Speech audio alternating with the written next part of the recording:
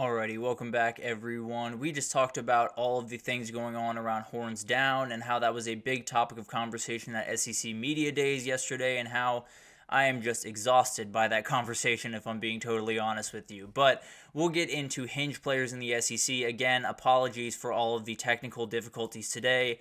None of the things that I did yesterday updated the way that I wanted them to. So we're dealing with a little bit of trouble with the lower third graphics, but we're doing our best. But I wanted to get into Hinge players in the SEC and a couple of players that I think could just turn this conference on its head. That if they hit the right way this upcoming season, could totally change the way that we look at this conference at the end of the season. So let's start to get into these guys, and I think the biggest guy that I want to start with is Nico Iamaleava. I think this might be number one in this category, maybe number two after a guy that I'm going to come up here in a second, but he holds a ton of power over what this conference can be, because when you were watching Hendon Hooker in 2022, it was special. It was really, really incredible to watch up until the devastating ACL injury that I think really hurt everyone that was impartial to Tennessee, everyone that wasn't a UGA, Bama, those type of fans. I think everyone hated to see him go down because the season that he was putting together was magical, and after everything that he had been throughout college, it was a very, very cool thing to see. But at the end of the day, it gave us an idea of what Tennessee can be. It was that, spark. It was that, you see it off in the distance, and that light at the end of the tunnel saying, oh, that's what they can be in the future. That's what they're capable of if they have those things in place. And I got to be honest, guys, this is a better team than the one in 2022. If you're talking about the wide receivers, I think they're better this year than they were in 2022. I mean, you have guys like Squirrel White, you have Brew McCoy, you have Mike Matthews coming in as a young player. Chris Brazzell coming in from Tulane is absolutely huge for that team. You have Chaz Nimrod. It's ridiculous the number of guys they have on that field, and maybe they don't have a Jalen Hyatt on the field. Maybe they don't have a Cedric Tillman, but they have a lot of guys that are going to play really, really good football, and frankly, I could argue Squirrel White might look a little bit like Jalen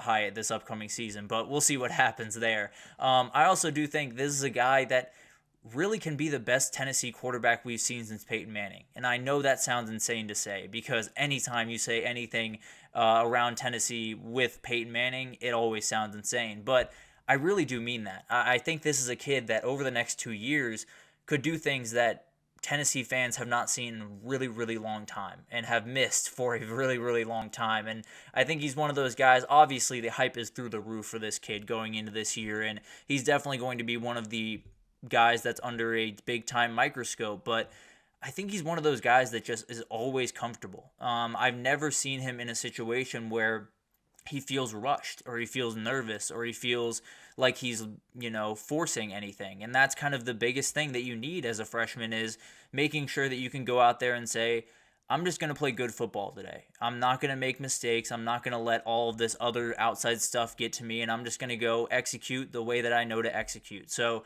I think that's something that he's going to really thrive in. And when you have Josh Heupel calling plays, a lot of things can go right for you, that's for sure. So I think there's a kid that the ceiling is obviously through the roof. If he can hit that this year, Tennessee is a team that not only can win the SEC, but can find their way really close to a national title. Maybe not win it, but I don't know. They're definitely a team to watch, that's for sure. But then Harold Perkins is the other guy that I'm really watching closely, because this one's a little bit different. Because when you look at LSU, the defense is not going to be good. Just plain and simple. It's going to be a pretty rough season. Now, they could be much better than they were a year ago, and they could do some things to at least give them a couple extra wins here and there, but it's not going to be top 25, top 50 in the country. I would bet they'll be somewhere in the 70, 80 mark, and then next year I think could be a massive jump. At the end of the day, this is a kid that could just be a game wrecker, and I think LSU might just need that. When you look across this defense, that's the only guy to me that stands out as he can take over a game. He can be the person that when you have a game that you're going up against Ole Miss, let's say, that's a huge game on the schedule for LSU if they want to, get up to SEC contention this year.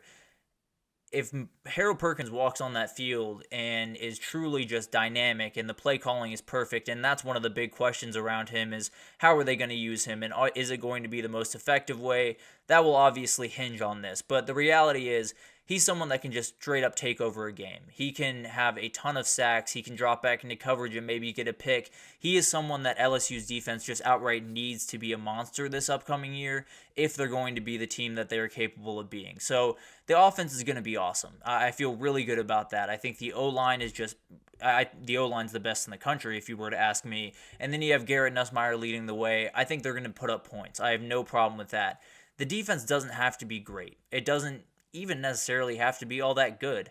It just has to be opportunistic. It has to be able to get that sack on a long third down. It has to be able to get that pick right after your team has scored and you have a little bit of momentum going in your direction. So when I look at Harold Perkins, maybe he's not the guy that makes all of those plays, but a lot of the stuff is going to start with him. And he's someone that if this team is going to be what they're capable of being, he needs to just be locked down in that middle of the field and make just so many plays. And maybe it's unfair to put that much on him, but I think he understands that as well as anyone, that this defense, if it's going to succeed, it's going to be that kid leading the way. And then Jalen Milroe is another huge Hinge player for me, and frankly, this is a guy that I think could be not only the most important in the SEC, but the most important in the entire country. I heard Josh Pate talking about he thinks Carson Beck is the most important player in the SEC. I would argue it's Jalen Milroe. I think this is a kid that could totally turn this thing on its head, and I think there's this sentiment around Jalen Milroe because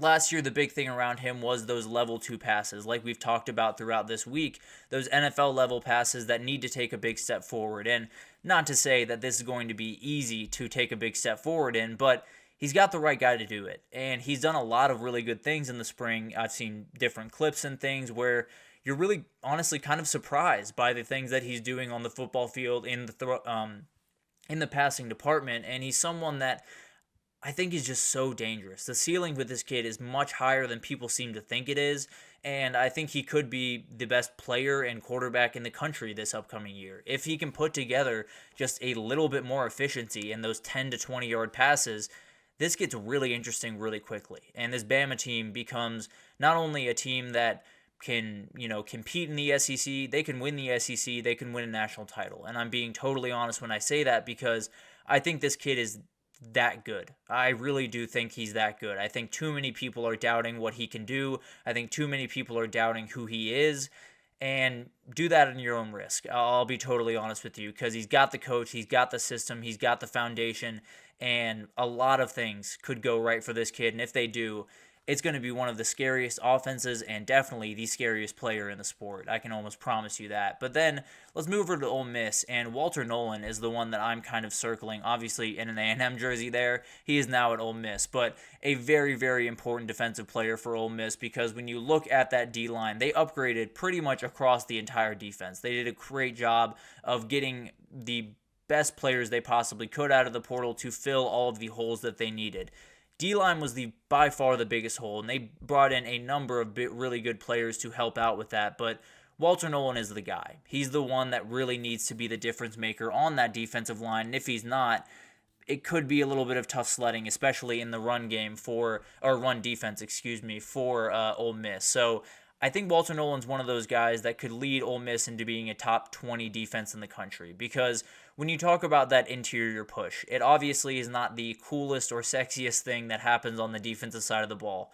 It is easily the most important thing. If you can get push on the interior and you can push a quarterback out of the pocket or at least make him throw a little bit quicker than he's comfortable with, the linebackers are more comfortable guarding running backs. The back end is more comfortable staying on their receiver.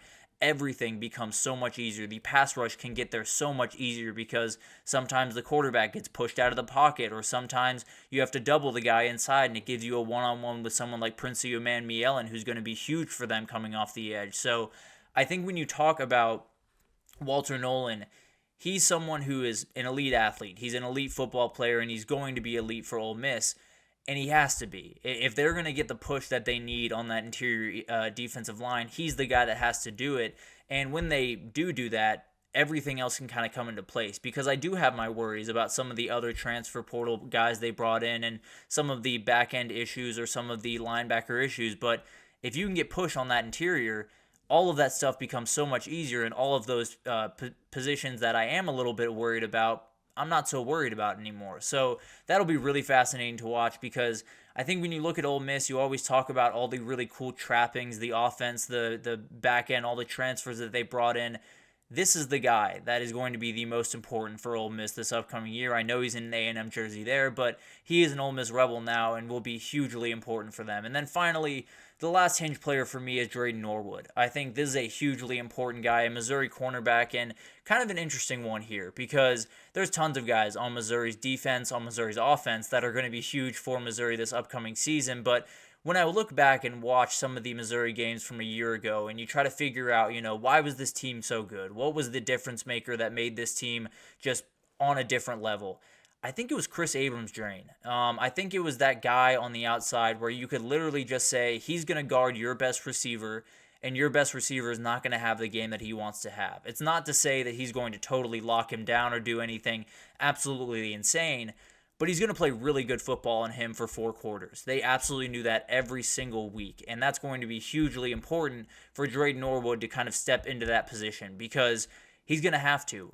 Because on the other side, you have Toriano Pride Jr., who I also think is going to be a great player for them, stepping into Enos Rakestraw's position. So you have a lot of big shoes to fill, but I do think this is the guy that can absolutely be that Chris Abrams-Drain type player for them. Be the guy that gets the ball back to this high-powered offense as quickly as possible because that is the goal at all times for Missouri. Be the team that is on offense. If you are on offense and you have Luther Burden on the field, you are going to have good things happen for you 9 times out of 10. So I think that's the biggest thing is this Missouri defense, I would argue, is going to take a step back this year. I don't think it's going to be monstrous or anything like that, but they did lose a ton of really big-time players, including Abrams-Drain, including Rakestraw, including Tyron Hooper. So you're going to have to replace some big-time players. I tend to think Abrams-Drain is the most important one to replace, and I think Drayden Norwood is going to be the guy to do it. And if he can play elite football and just get a couple of picks here and there, get the ball back on your in your offense's hands, this Missouri team is going to be really tough to beat. I can almost promise you that. So a lot of guys that are really, really interesting to break down and definitely will be really, really fun to watch throughout the season. We'll continue doing this throughout the rest of this week into next week likely, but let's take our final break here. And when we come back, we're going to talk about Wednesday What Ifs. We're going to do a little bit of a rivalry edition and break down some of the different things that could happen this year that could just turn this entire year on its head. So we'll break that down right after this, so stick with us.